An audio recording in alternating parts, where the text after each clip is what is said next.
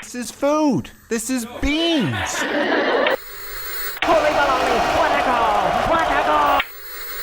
All right, Adrian, you're back to your void. You're back, and it's time now to talk about Captain America 4. Captain America, Brave New World. Wah, wah, wah. Incredible. Captain Falcon and the bravely leaves the nest or whatever that we came up with last time. Captain Falcon bravely leaves the nest. Indeed. All right, well, this is a review discussion for Captain America Brave New World. And this will be non-spoilers right now. And then on the A Closer Look portion, the second half of the A Closer Look episode, we're going to get into spoilers. But again, we will never spoil anything on the main numbered episodes of Split Focus, a Film and TV podcast. Except for this. Adrian, no, Darth don't do Vader? it. No, he's not doing it. He's joking. You don't have to hit pause. Not to worry. But Adrian, I guess I'll just ask for your bird's eye, Falcon's eye thoughts on this.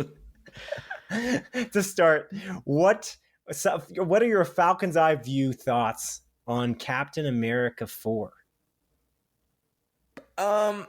So Simon, I think this movie is. Let's start with the good.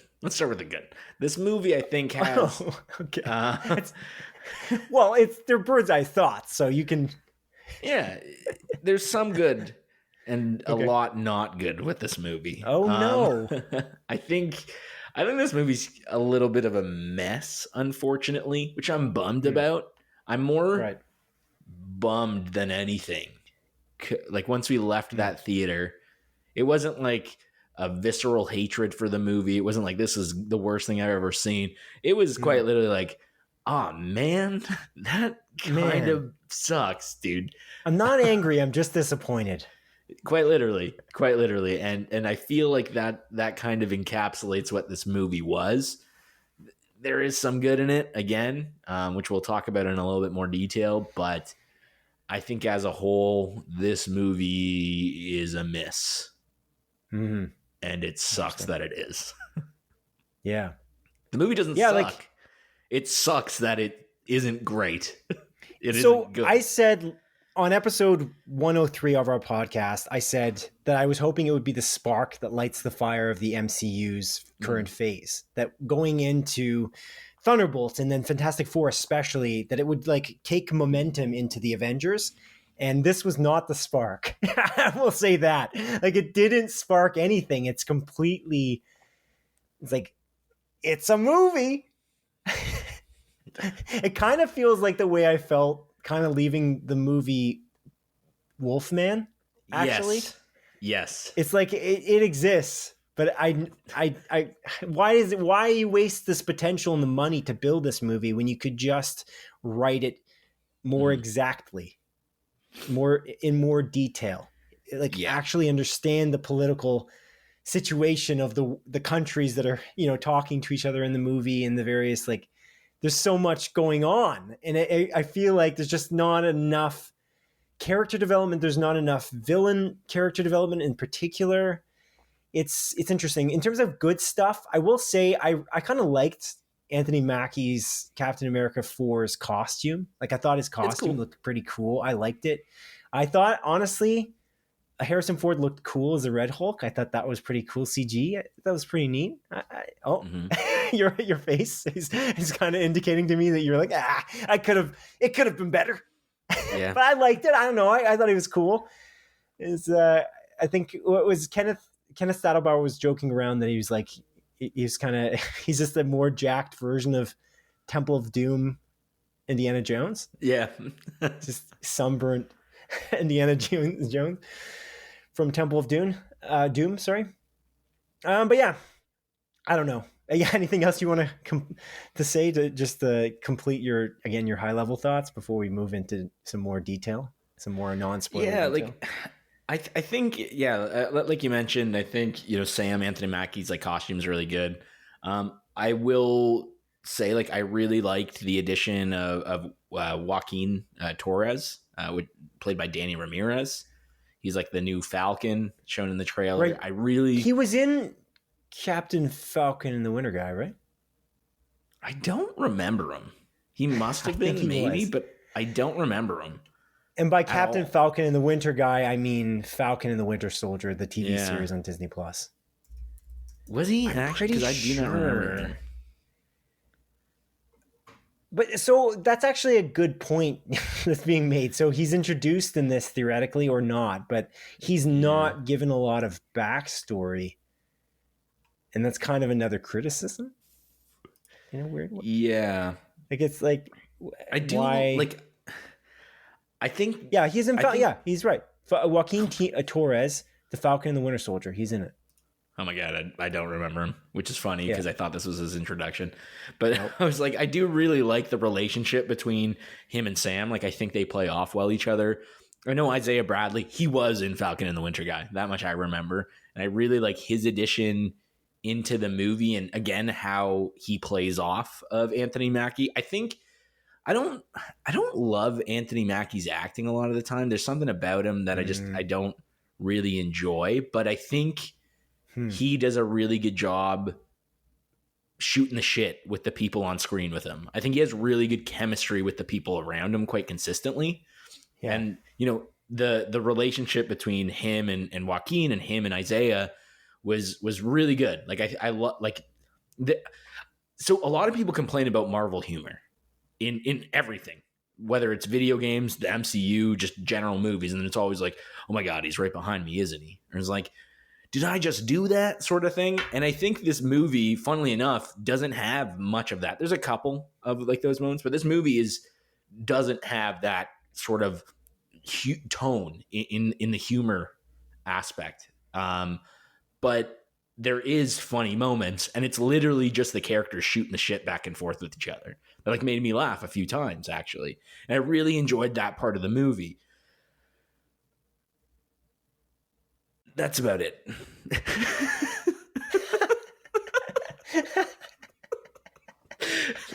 That's about it. Here's the thing about that. It's funny that you say that, though. I feel like the jokes didn't land often enough. I feel like they fell flat. There's actually big, even dramatic moments that felt like it's a dramatic line, and then it's said, and it doesn't feel like it lands. And that's kind of where I think you're saying Anthony Mackie's acting's not good. But I don't know if it's Anthony Mackie's fault. Here's the thing I'll say.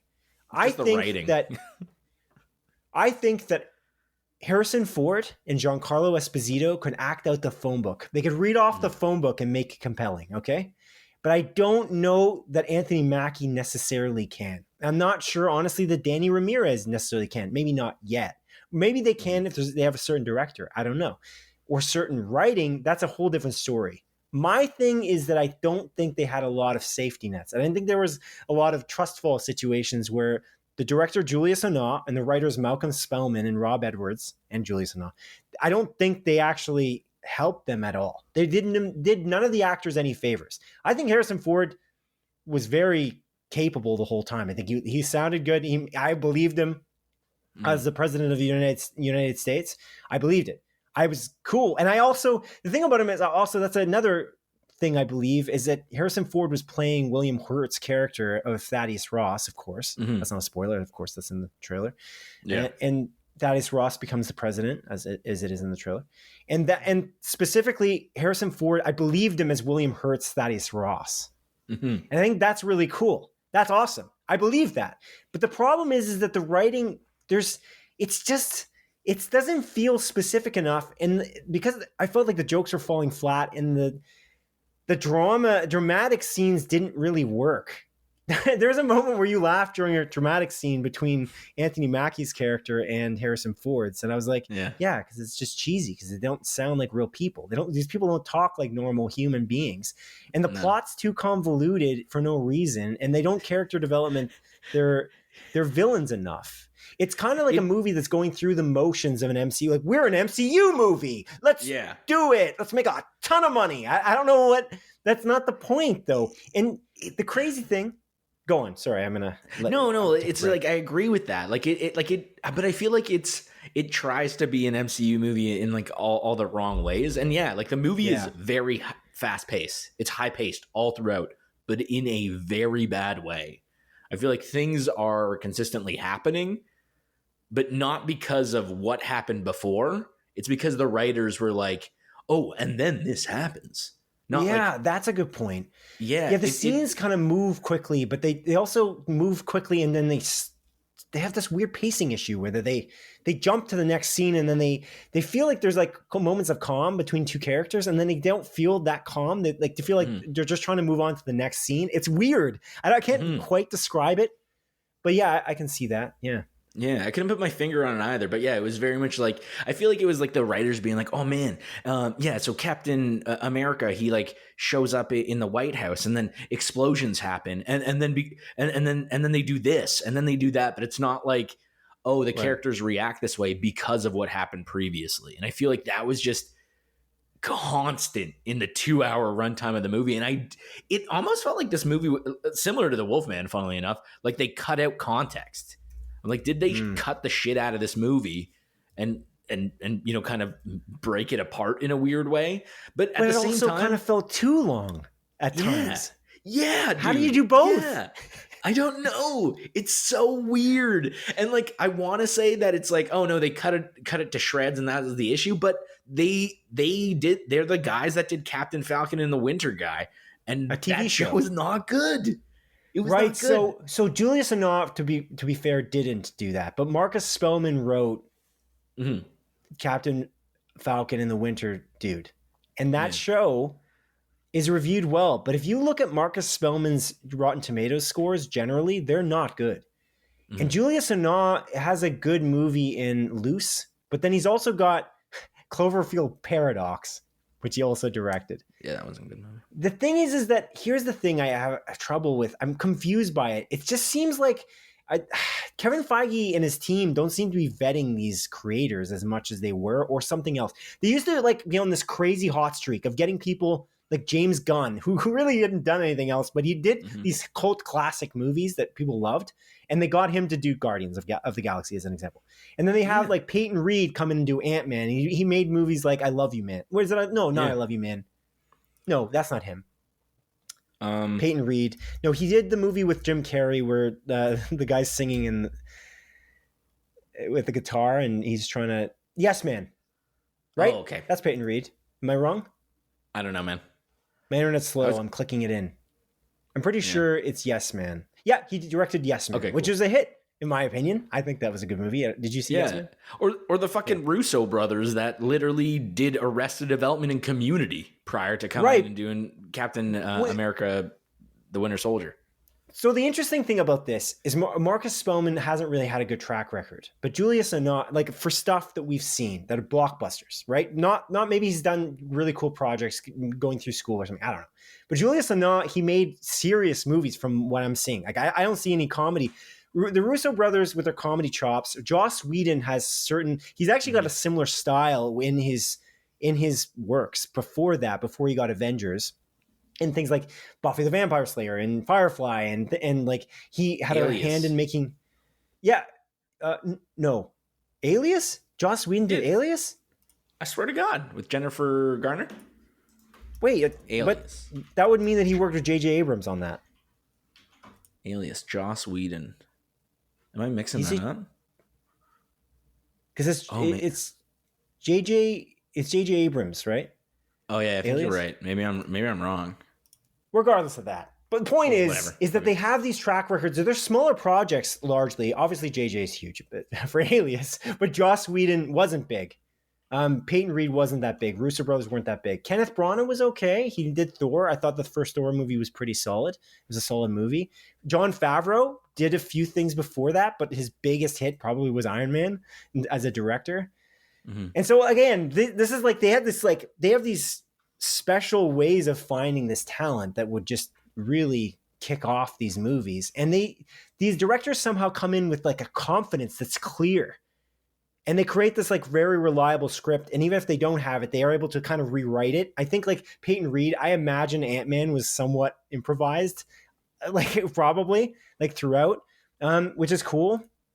But But yeah, like I just feel like that's missing. The confidence is missing. I feels like there's a lack of confidence in the making of Captain America 4.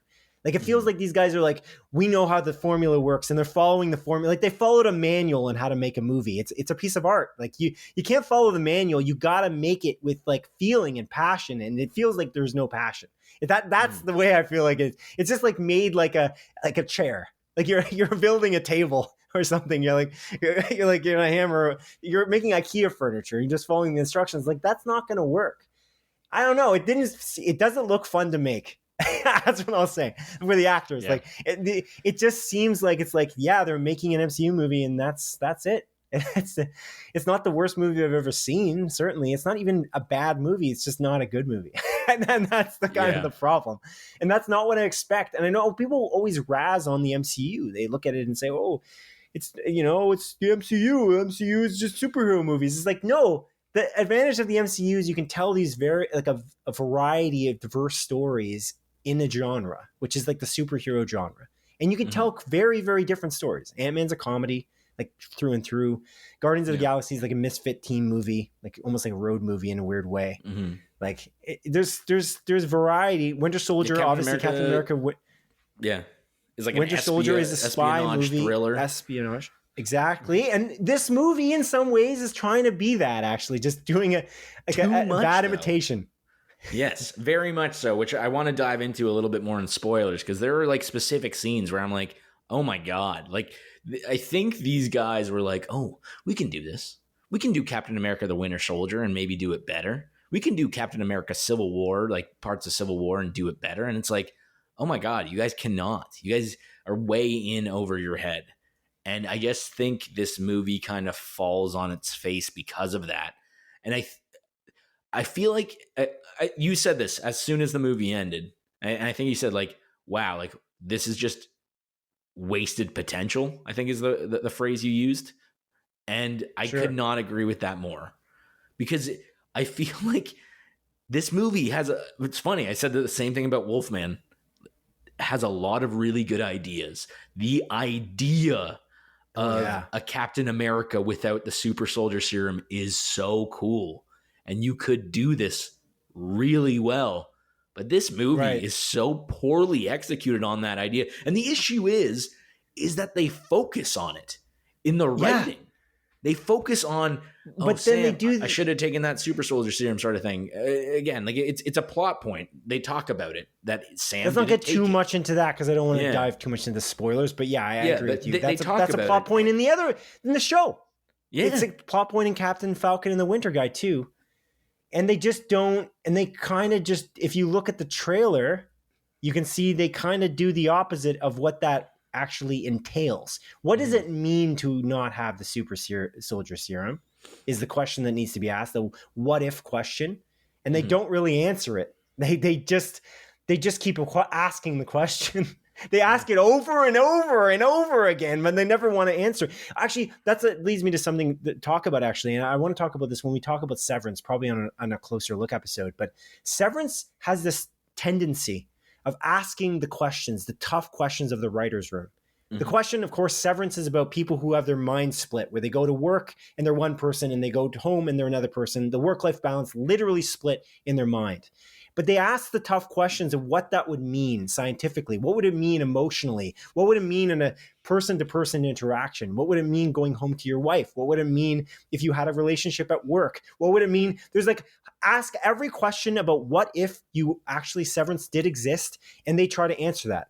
They live in the reality of their world, the confines of what their universe entails. This movie doesn't do that at all, and it just doesn't seem to understand what the MCU is. This is the thing I've talked about 100 times. I think some writers go, I don't know if they're just in general in Hollywood or not, but it feels like they go into a writer's room and they write a plot, and they're just like, they make ridiculous things happen, and then somebody questions them on it, and they're like, well, what does it matter? This guy, the Thor can fly. It's like, no, you created the physics of your universe. You need to follow it. And we're going to get into that with spoilers, that's for sure, because that's the worst shit I've ever heard of. It's just badly written, and it's just lazy. It's lazy is the long and short of it. I'm so disappointed. Me too, man. It's funny. Again, I haven't watched I I haven't watched the Skeleton Crew, like from Star Wars, but you said that it's a show written by kids for kids. Like that's how it kind of feels like. And I feel like this movie was written by kids for adults. And like, that's not really what I said is by kids for kids, because there's kids in it as the stars. I feel like it is written by adults, to be fair. They're tailoring it for kids, and the kids are in it, and they're such a large part of it. That's why it's for kids. Yeah. Anyway, then this is the opposite of that. Yeah. It's like, don't you think that this would be cool? It's like, it feels like elementary school writing or high school writing. Like, oh, this would be cool if we did this. Yeah.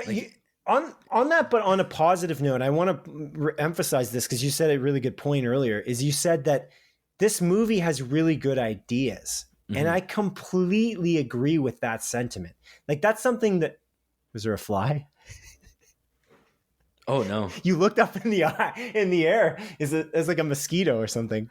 I thought I heard water dripping because I had like a that would be bad. A water issue problem, but I realized it's just the faux leather on my chair rubbing against my desk, and it made it sound like water dropping.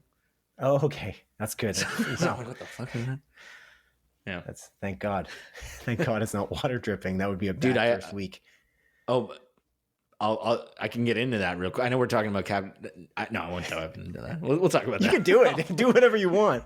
Okay. So yeah, I was having a furnace issue in my house, which is obviously like the most expensive thing. And I realized, and we obviously snowed a bunch, bad weather. So there was like a snow dam, I guess, created on my roof in my back split, and water was seeping in to the house because of that, dripping down, because I guess the condensation or whatever, right? So we had water, like a leak in the basement. We're like, oh my fuck, dude, we just moved in the house. The furnace is running. It's like blowing air, but it's like blowing cold air. And I'm like, what is happening? And I'm looking online, looking at all this stuff. And we noticed this yesterday. The pipe was even like starting to freeze. I'm like, this could be catastrophic. And we have a Nest smart learning thermostat. Oh, I thought you were talking about like a bird's nest.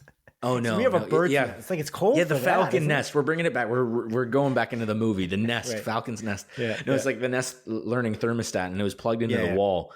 Factory reset it up, and there's like wiring, right? That you have to when you're setting it up. It's like, what wires is it plugging into? Right. And there's the wires written on the wall where I plugged in. And when I set it up, the wires that I connected, it says like, oh, can't detect these two wires. So, but that's what it showed on the wall where I plugged it in. So the thermostat thought we had a electric furnace with heat pump. Oh, so it was running my AC unit. Oh, while running my furnace. Oh no. So it's like condensation build up, whatever. And then I was like, what is happening? Something is seriously wrong. So I had to look at the Nest thermostat, readjust it, because in the settings I couldn't do anything on the Nest app. I'm like, what the fuck's happening? Everything online is like, oh, you can just change it. So I had to reset that thermostat, and then it finally acknowledged that we had a gas furnace. Okay. And I could turn off my HVAC fan. So we already have a little bit of like water that dripped into the crawl space and stuff. It wasn't like catastrophic. Yeah. But it fixed the issue. Thank God. Yeah, I know. Flooding issues not great. But yeah, sorry to take. What I was saying there before I was rudely interrupted by that fly flying around your head was the skeleton, the bones of the movie are great. Like there's actually some really cool ideas. Like just overall, even MCU connected ideas, the way that they use the overarching MCU storyline, I was like, oh, so cool. I think I might have made an audible gasp. I'm like, oh, neat. Like when they went that direction, they went in terms of connecting Captain America 4 into the MCU, the greater MCU, Marvel Cinematic Universe. And so that was like, wow, that's stuff. Yeah, I was like, that's really cool. I'm really excited to see where this goes. And then it's just not executed well at all. So that's the moral of the story. Could it have been better? Heck yes. Oh my God. And what the hell is going on with the shield physics? That's another like, oh dude. Yeah, like I guess we can say, yeah, like the fight choreography was pretty okay. It's good if you just go in with blinders on. Like if you just watch the fight scenes separately on TikTok, no problem. They're great. I'm like, oh, that's cool. You know what I mean? Like the Kenneth Stadabauer, when we left the theater, because we saw it with Ken, when we left the theater, when we were leaving the theater, he said the fight scenes were great though, right? And the choreography was good. And I was like, but it doesn't make sense in the confines of the universe that they're living in. So I can't like it. That's the problem with it. It ruins it for me. It reminds me of watching Companion. It's like, it's part of that movie was ruined for me because of the plot holes. And that was kind of the issue. Despite the oozing, the ooze of style that Companion has, it couldn't be as good as it could have been because there's so many oversights continually for no reason, in my opinion. This is like oversights. These are deeper oversights. I feel like they're worse than Companion, and that's why my score of this is going to be worse than Companion as well. Yeah, but yeah. Anyway, we can just get into the spoilers if you want. Are you ready? I'm down. Yeah, spoiler ready time. To spoil it. Yes. Spoiler time. I love how at least 10% of this non-spoiler part of the episode was definitely you talking about your furnace. But anyway.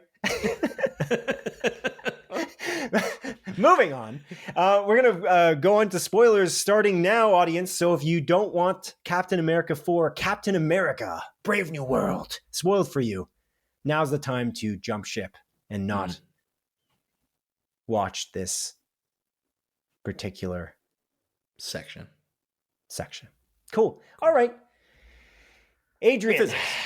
Let's just dive right into it. What the fuck is going on? It's so the movie, it slams it down your throat. It's like Sam's like, oh, I shouldn't have taken that super soldier serum. Bucky shows up and he's like, oh no, you're Captain America because not because of the serum, because you're you, Sam. You're you. Now I gotta leave and go do a Thunderbolts. I gotta go do the Thunderbolts movie. I gotta leave. I'm not gonna help you with any of this. And Sam's like, yeah, maybe I should have taken that super soldier serum, but you know what? It's me. But it doesn't matter because the difference between him taking it or not is I don't know what it is. I guess he doesn't have the super strength, but he fucking does, dude. The only difference is he gets stabbed a few times and he's like bleeding, but he survives. Yeah. And he's okay. It's like totally. He got stabbed in like the chest. And then in the rib, they're like, oh, I broke my ribs, but it's like fine. He's like fine. He's like, yeah, I broke my ribs, and he's like twice in the movie. But like apart from that, it's not acknowledged. This guy is fucking. I think this is early in the movie, and he's like flying down. And he's like, I'm doing supersonic speeds. Lands on the ground. He's diving into the ground. He's at terminal velocity, and he lands with a superhero landing. Yeah, lands with a superhero. His legs are broken. Sorry. No, dude, not only his fucking brains would have shot out his asshole, dude. It was so fast. Everything would have splattered on the ground. And he even acknowledges it. He's like, wait for it. And then boom, the sonic wave blasts back and knocks the people over. And it's like, dude, what? The thing about that is that we watched the trailer, and that's in the trailer, and it bothered me so much when I saw the trailer. That was the biggest problem with the trailer for Captain America Brave New World, is I thought it was so ridiculous. There's also a scene in the movie where he cuts through a friggin' jet fighter plane with the Wakandan Falcon wings. And there's no way he wouldn't have been pulled with the jet fighter, or his freaking shoulder would have been pulled off. It doesn't make any sense. How fast those jet fighter planes move is so absurd. It just doesn't add up at all. He would be dead. And like the answer that I'm sure they would give us would be like, well, he's got I was going to say adamantium. We're going to get to that in a second, but he's got vibranium. He's got vibranium Wakanda technology in his suit. It's like, but he's just wearing fabric on his legs. So if he landed like that in a sonic boom, he would be dead. There's just no way. They don't want to, again, there's a problem in the MCU lately. I've said this before. They just don't seem to care about the power metrics. It's important, in my opinion, Kevin Feige should have a chart, basically of everyone who's more powerful than someone else. Thor and Hulk are at the top, and then you kind of make your way down. Red Hulk cannot fight Captain America. Regular Cap, like normal, the original Captain America, Steve Rogers. Yeah. So he can't fight Anthony Mackie's Sam Wilson's Captain America. He just can't fight that Captain America. It's not possible. The problem is they kind of gutted themselves in their own plot line. You mentioned this just earlier. They don't seem to, they acknowledge the fact that he needs super serum, but then they never use that in the plot.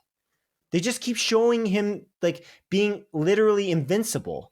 The crazy thing is like he's doing that training section with Isaiah Bradley, and he does that flip, and then he gets like a stomach cramp.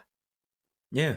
You remember that? It's like you got injured there, but you just got stabbed by Giancarlo Esposito later on. I don't think that was a stomach cramp. I think that was him like acknowledging the injury that he had before. I think that was from the big guy rib that he fought. Yeah, I think that was like, that was my broken rib. And that was the one time he didn't get a broken rib until the end. No, he got the broken rib at the start with the big guy. He's fighting with a broken rib the whole time? There's no way. Yeah.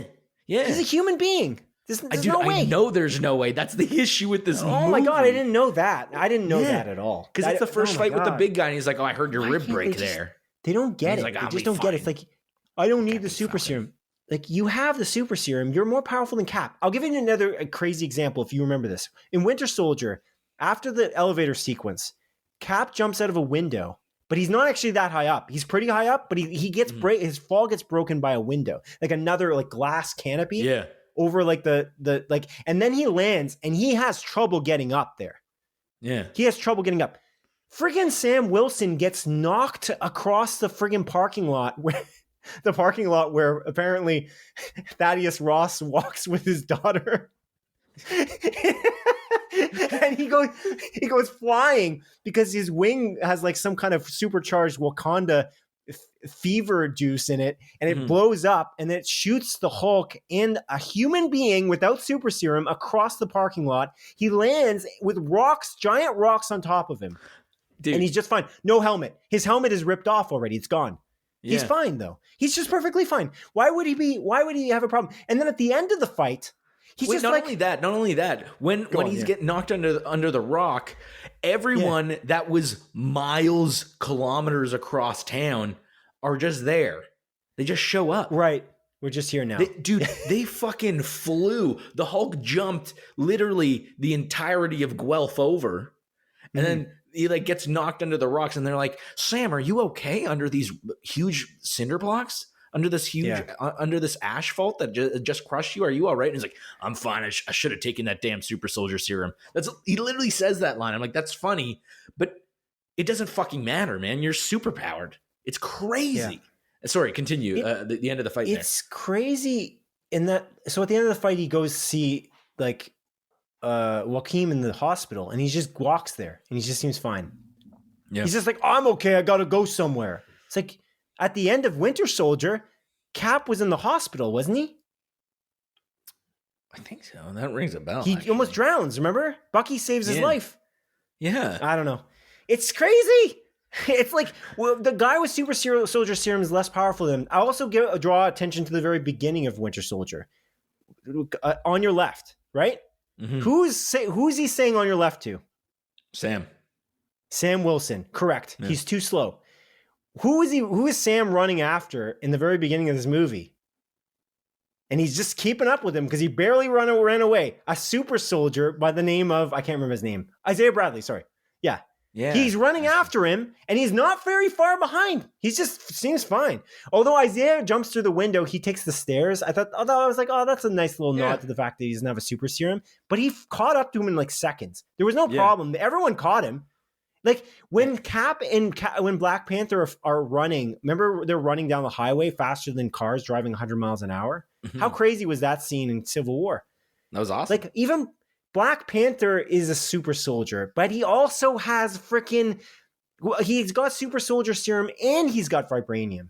Like Sam Wilson can't stand, like he wouldn't be able to stand against anybody. The problem is I don't know. I had this problem from the beginning. He just needs a super soldier serum, or you need to acknowledge that he doesn't have it like Batman. Mm-hmm. You have to actually acknowledge it for real. Don't pretend make him that he does. Yeah, play up his like intellect or something. But the issue is that they didn't. Like that's not one of his character traits. He's not like the most smart guy around. Whereas I think that's where I think that's interesting what they're doing. It's funny because we made parallels. Like this movie is quite literally, they're like, oh, we're gonna do the Winter Soldier again. They literally have a Falcon. They add a new Black Widow type character into this, right? Yeah. Which is like, excuse me, like what? And they literally do the Black Widow hallway fight scene, where they like see her and she shows up and just beats up those guys.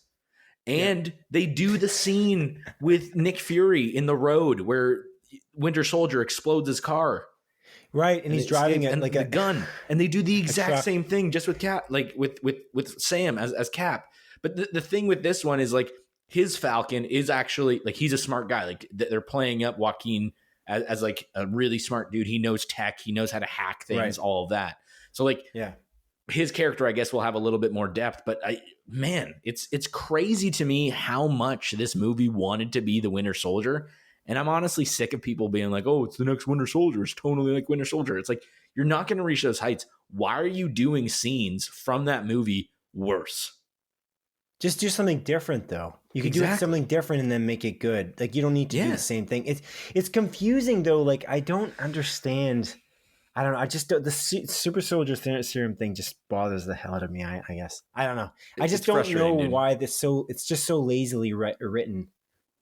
It's very annoying. Yeah, the Bucky showing up thing was such a waste of time too. Why even bother with that? What a joke that is. Like, is this your here friend? I am. Oh, you need help? Oh no, I can't help you. I gotta go. I gotta do the Thunderbolts. I gotta do the Thunderbolts Asterix movie. Sam, I gotta do it. Yeah, it's ridiculous. And even again, I was talking about how they take some things from Civil War as well. So Joaquin Torres, like his character, the Falcon, he's like, I'm going to go after this rocket or whatever. And then he explodes and falls into the water and almost dies. And I'm like, okay, so you're doing the roadie thing from Civil War. Like the same sort of premise where Rhodey gets kind of shot down and like hurts himself or whatever. And it's like, I know it's not identical, but it's still just like, you're just taking bits from these previous movies. Well, that always happens with every movie. I mean, that wasn't that unoriginal. Yeah. I mean, it is, but because it happens in a lot of movies. But yeah, I see that part. Yeah. I think the comparison to Cap would be to Batman theoretically. Like it's just Batman is a genius who plans to go out at night. He's got all this super tech and he knows how to use it. And Captain America has got a super soldier serum and he does things on a perspective of being like not righteous, but he knows what he is and he's got conviction and he does the thing, but he's got the super soldier serum as well. He doesn't have the tech aspect. So they're different characters in that way. They're kind of playing Falcon up to be the Batman in a weird way, but he doesn't go out at night where he's got an advantage and he doesn't use any smarts to fight his enemies. He's just way stronger than Batman. Yeah. But we don't know why, because there's no reason for him to be that well trained. I want to point out again, he can't throw. Why can he throw the shield that well? It doesn't make any sense. He's throwing it at people and it's bouncing in a way that it would never bounce. The interesting thing was people were really upset in Avengers Age of Ultron because in Age of Ultron they added a retractor. Do you remember that for Steve Rogers' shield? I love that. And that was cool. It was cool, but people didn't like it because it didn't feel comics accurate. But Joss Whedon was careful about the power metrics. He knew that he had to create a realistic reason why the shield could be retracted so easily. But then people didn't like that, and they liked the idea of being able to deflect it. But the truth is, the super soldier serum gives you those reflexes. It gives you the ability to understand where things would bounce so you could catch it again. No human being could do that. There's just no way anyone. I just pick an Olympic athlete in the world right now. No one can do that. I know that obviously vibranium has specific factors that make it bounce in a specific way. It's not magnetically attached to you. It's not a boomerang. It's just not going to work like that. It just doesn't, and it won't. And if you could figure that out, that's kind of physics, you are a genius. And again, with Aura, you have super reflexes, which he doesn't have. And so that is the biggest issue. My curiosity and why I think they maybe cut some stuff out in the movie or context. The only thing I can think of is, so Falcon has his little robot birds that help him out. And there's a scene where I think like he's being shot at and the Falcon birds, like his like birds are like holding the shield and blocking the bullets for him as he's running. I'm like, that's a really cool scene. So like my mentality is like, maybe those birds are connected to the shield and they're the ones moving the shield. But again, it's never acknowledged. That's the only way I can rationalize as to how that is occurring. Literally the only way, because it makes absolutely no sense. This guy's like shooting the shield, throwing the shield better than Cap ever did. But like, the Red Wing doesn't attach to the shield when he's throwing it. And then the hallway scene is an example. He throws it and they bounces off. Or when they're about to get into the truck and they're leaving that army base, Like they're leaving the secrets facility. They're leaving, and he bounces it off two guys, and it comes somehow back to him, and then he leaves. It's like that's not. There's no way that would happen. Like his physics of the shield, his use of the shield is way better than the Cap has ever done. I think like I keep saying Cap. That's disrespectful. He is Cap. There was a stupid IGN article that said like, is Sam Wilson's Captain America the real the long-term Captain America? It's like, yes. What are you talking about? Yeah, we know that already. What kind of a stupid clickbait article is that? It really bothered me when I saw that. I was like, that's so dumb. IGN's like, kind of a fucking shitter, dude. As a website, real quick aside, like it's unusable on mobile. Literally, you can't even open it. Like you open it on mobile, it's reloading every 5 seconds. It's a garbage website, and I think they're literally farming clicks at this point. It's annoying. I will say you talked about before, or we talked about together that actually it's connected to the super soldier serum thing too. But we talked about how I feel like the filmmakers didn't have a lot of confidence potentially making this. But I feel like the craziest thing, Sam keeps mentioning the super serum thing. He mentioned that in Captain America, Captain Falcon and the Winter Guy, Falcon and the Winter Soldier. He mentions that like multiple times in that. And the whole idea with it's called Falcon and the Winter Soldier is that he's coming into his own as Captain America. He's earning the shield because he feels like he didn't earn it. He's doing it again here. Why is he doing that? He's so unconfident in himself. He can't put together the Avengers. I feel like he couldn't put a piece of IKEA furniture together with confidence. He's so unconfident. He's so filled with self-doubt. He's like the opposite character to Steve Rogers. That's so annoying to me. I was hoping he was going to be in this movie and he was going to be like, this is who I am. I've got conviction. I'm confident. Like he preaches morality to people, but he doesn't even know who he is himself. And that's so annoying. So you find that like he preaches to people all the time, like, don't do that. You should do it this way. This is the way it should work. And then he just doesn't know who he is. He's like, I decided not to take the super serum literally last episode of this show, but now I'm going to ask the same question 15 times. Like, should I have taken it? Should I have taken it? Should I have taken it? Bucky's like, no, you shouldn't take it. He's like, scene later, he's like, I should have taken it. It's like, Jesus Christ, can you decide? Just decide. I don't care. Yeah. Make one decision or another. Lane, it's over already. But I think that's indicative of, the filmmakers. The filmmakers, it's like, it's all bleeding into it. They don't feel confident making a Marvel movie. I don't feel confident watching it. And Anthony Mackie's character, Sam Wilson, doesn't feel confident being Captain America. So it's all lack of confidence all around. 100%. It's literally just, it's funny because I feel like the end of Captain Falcon and the Winter Guy, where it's literally, he's like talking to the politicians and he's literally just like vague. You got to be better. Yeah. Just be better. It's literally it. That was the writing. Yeah. And it's like, this is what I want to tell the filmmakers of this movie and the writers, like, just be better, write better, because you're not doing a good job. Right. Like it's shocking to me. Like even things that I think were done well, like again, Harrison Ford, like you mentioned, can act the phone book out. I think there was a lot of setup with him rebuilding his relationship with Betty, his daughter. And they like talk about it. It's like, yeah, my daughter will never want to talk to me, blah, blah, blah, blah, blah. And then like a few scenes later, he like calls her and she answers and they have a brief phone call. I'm like, wait, what the fuck? I'm like, what wasn't the whole thing that he's like they literally don't talk and she wants nothing to do with them. Yeah. And now she's willing to answer the phone and talk. And I understand, like he was in a possible life and death situation. So she's like, okay, maybe I'll answer. But it just seems like such a leap. And it's like, maybe we can walk by the place we used to walk when we were the cherry back blossoms. in the day. The cherry blossoms. We're going to go to that parking lot together. And it's like, maybe we can do that, Dad. Sure. And it's like, okay. And then at the end of the movie, he turns into the Red Hulk, loses somehow, and gets put into the raft. And Sam shows up and is like, we could have worked together. Things could have been good. I brought your daughter, by the way. And she's like, hi, Dan. And it's like, what? Your father did not prove to you that he was a good guy. Sure, he admitted his faults. To be fair, though, he admitted his faults and he relinquished his role as the president of the United States, which takes a big person to do. So I feel like that part, I kind of see it. She's like, oh yeah, he earned it, kind of.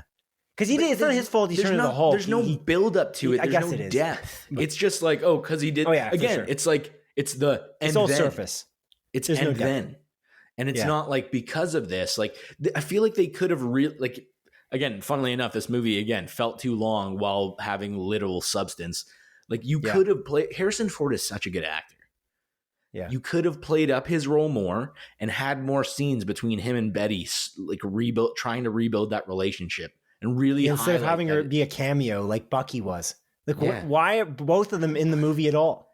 Yeah, I just don't even understand. Dude. You got to use them more often if you want to do that. Like he should probably try to take his he should take his like his limousine like what do they call that? I was gonna say barricade. No, what do they call it? Calicate? No, whatever it is. With my brain's broken. The thing where they drive up in the president's like the president row of cars. The president mobile with Secret Service. Regardless of that, it would have been like a big impact for them to roll up to her house and like him try to talk to her, and she's like no, or something like that. Maybe make an emotional depth to it, but they just didn't do any of that emotional depth. They just decided we're just gonna shoehorn this in at the end, like 2 scenes before the end and then at the very end for a like potential end credit scene. Just don't get me started on the actual end credit scene. Oh what was the point of that? Because again, I just feel like this movie was again so poorly written. It's a bunch of and thens and things. It's funny because the plot and like shit that's happening is not explained properly. Yet the motivation of characters are literally said versus shown on screen. It's like we don't see Ross trying to be a better person. Really, he just says he is. And it's like, because Harrison Ford's a great actor, it's like, I believe him like hell. But it's like, I don't know his motivations. It doesn't seem like he is. And then there's even the scene where he's talking to the leader, which we didn't even mention. The leader from Incredible Hulk is the villain. Which Tim Blake Nelson, who also was completely underutilized. Because I liked Tim Blake Nelson a lot. And I also like Giancarlo Esposito a lot. Giancarlo Esposito is criminally underutilized. I know. Criminally. He was great, by the way, in every scene he's in, but the writing's also not good for him too, because what's the point of him being in it? There's just no point of that character being in the movie. It just felt like it was a waste. Yeah. I don't know. And it's just, it's so funny. And again, like we're going to keep on knocking the writing. The writing is so bad. And the leader is supposed to be like one of the smartest people alive, you know, knowing every single statistical possibility of anything that can happen. But it's like, just because you say this guy is smart, if you're written by dumb people, this character is a dumb fucking character. Like there's literally a line where like Sam is like, oh my God, they're doing this stuff. And it's like, how's he doing it? And Sam literally says, it's a mind control thing. People are mind controls. They got brain waves. It's mind control. And it's like, that's the explanation. I'm like, what? I literally was sitting there and being like, you gotta be fucking kidding me, dude. They're like going to the leader's area where Harrison Ford, General Ross was keeping him, and like, oh, there's posters, and oh man, like he's somehow looked into their brain and can play a song and control them. But it's like none of that's explained. None of that is dived into why the fuck can the leader do this? Really, the science wasn't explained because they don't have any depth. Like that's the thing is like we talked about this with Wolfman. You specifically pointed it out that there's a certain character that's in the movie just so that he could be in the movie for plot convenience. There's no other reason for him to be in it. Like you won't believe that he's actually a person who lives in that world. He's just a person who lives in that plot timeline so that we can see what happens to him. Like that's what happens here. Like it's just it's all surface and no depth all the way through. It's just like, it's kind of like I don't know, the width, the space of an ocean, but the depth of a puddle. You know what I mean? Kind of situation. So. I don't know. It's crazy. Like I will say this, we've been really razzing on this hard in the spoiler portion of the pod, like this a closer look. So here's what I'll say. I want to say that the celestial adamantium thing was really cool. I thought that was really cool. Neat. As a really cool angle. And that's where we talked about earlier about the skeleton being quite cool and quite neat and intriguing ideas that just weren't put together properly. The idea of the mind control, actually not a bad idea, but they don't dive into it deep enough that makes it any use or good enough. The relationship between Liv Tyler's Betty and Thaddeus Ross, not good, because it's like, it's cool. It's good that you're going back to that as you did in The Incredible Hulk. You talked about it there. but can you do it in a deeper way? Like, can you have them actually have a relationship that I can believe in when I'm watching it, instead of it just being like two humans talking to each other like they've never seen each other before, which could have been the case. I'm not sure if Liv Tyler and Harrison Ford ever even met each other before, but I just don't believe any of it. They maybe never even met each other on set, dude.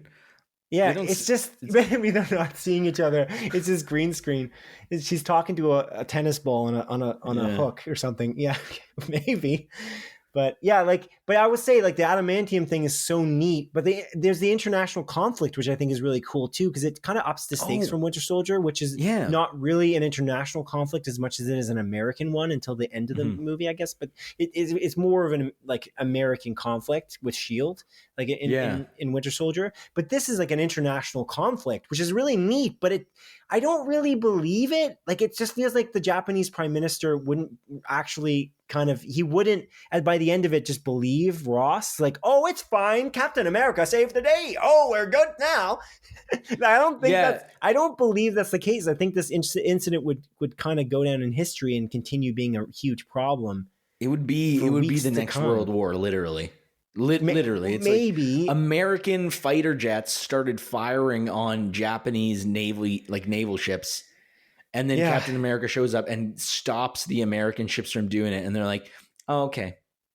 Yeah, I don't know. And it just doesn't seem realistic. It's like a convoluted plot line, but it's not diving into any of the stuff that is complex, which is just not. It's just not useful.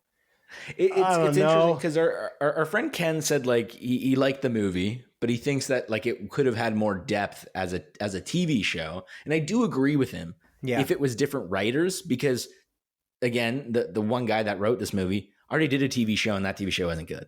So it's but reviewers thought it was okay. That's the thing. We think it's bad. Yeah.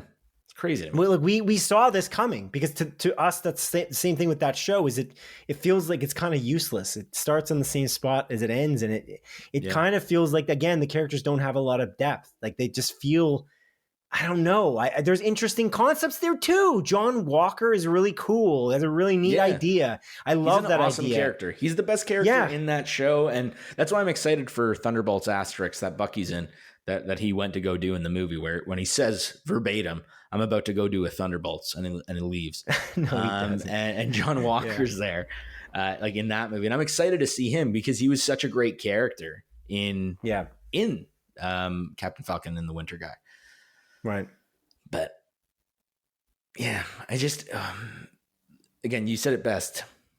Wasted, missed whatever potential. Just there's so many great opportunities, and the more I think about this movie, the less I like it. Actually, it's one of those. For the Wolfman, I'm like, this movie's just kind of whatever. But this movie, I think, has way more and way better ideas than Wolfman did, but just does not execute on any of them well, and it just it flounders. And again, I don't think, personally, I don't like Ant-Man and the Wasp: Quantumanium. I think that's a bad movie. It's the same with Thor, the fourth Thor with Gore. I think those are bad movies, but I almost dislike this movie more than those two because this is just a movie. And it's again, I feel that's arguably the biggest travesty is when a movie's just a movie. We had fun talking shit about this. You think Thor 4 was worse? I think so. I think Quantumania is a better movie. It had passion. Thor 4? There's passion in the writing. No, than this movie. Oh. Quantumania and Thor 4 both have passionate, they're comedies as well. They're different style completely. They're not even, they're obviously in the same realm because they're the same genre of superhero movies, but there's such a different style. I was much more entertained in both of those movies. Just even the goats in Thor 4 were more entertaining than a lot of this movie was. I think I saw you yawning a lot in this movie. In Captain America 4. I saw you yawning more than I've ever seen you, probably in a movie theater. Which I thought was interesting too. Yeah. But it's disappointing. Yeah, I don't know. Yeah. Well, I guess that's it for our review of Captain America: Brave New World. If you would give it a number score, what's your number score? I would give it a 2.5 out of 5. I think, Do I want to be harsh and say 2? No, it's a 2.5. It's a 2.5 out of 5 because it's just a movie. It's just there. So this is our first Rotten score on Rotten Potatoes. Our new review site, Rotten Potatoes. Rotten to Potatoes. Should I have a little picture of a potato? Like yeah. It would be how many potatoes it is? Yeah. Okay. It's a 5 Rotten out of 10 potatoes. potato. It's 50% rotten potato. 50% rotten potato. Well, actually, it's a 0 because we're both rotten. So it's a 0% on Rotten Potatoes. We're not doing that. I'm just going to do potatoes in the animation because I don't. Okay, yeah. There's just potatoes. Potato this is a rotten potato movie. Rotten potato. We have one nice potato and one rotten potato. What? Because Companion is a fresh potato. Right, it's a fresh potato, right? And we didn't launch the website when we did Wolfman, so there's no website. We can retroactively go back and add Wolfman to the rotten potato. That would also be another rotten potato. Yeah. Hit website. Were we fair here? I don't know if we razzed on this hard. I wonder if Kenneth's going to watch this and he's going to be like, you know what? You guys were just really razzing on this movie. It's just like, I don't know what I'm saying positives. Like, again, costume design, pretty good. I thought Red Hulk looked good. I know you didn't. I thought the choreography was good. I thought that the skeleton, the bones of the story were good, but everything in between it, the muscles and the tendons and all the shit that makes up a body of work like this, it's just that part isn't good. And I hope Marcus Spellman doesn't write another MCU movie. That feels harsh to say that because it's his career probably. Like, no, you know what? Just get better. That's all I can say. Like, this wasn't good. Like the politicians. Like, be better. Julius Onah has some good stuff under his belt in terms of blockbusters, and they're cool, but they're just not this style of movie. So I'm like, just get better, like the politicians and Captain America and the Falcon and the Winter fella. Yeah. Right. But yeah, it's just disappointing. Come on, please, Thunderbolts, please be good. Okay. Yeah. Moving on. Let's move on now. But thank you. All right. Well, this has been a closer look. Captain Falcon bravely leaves the nest. Yes. My name is Simon Eady. This is Adrian Pinter. Goodbye. Take care.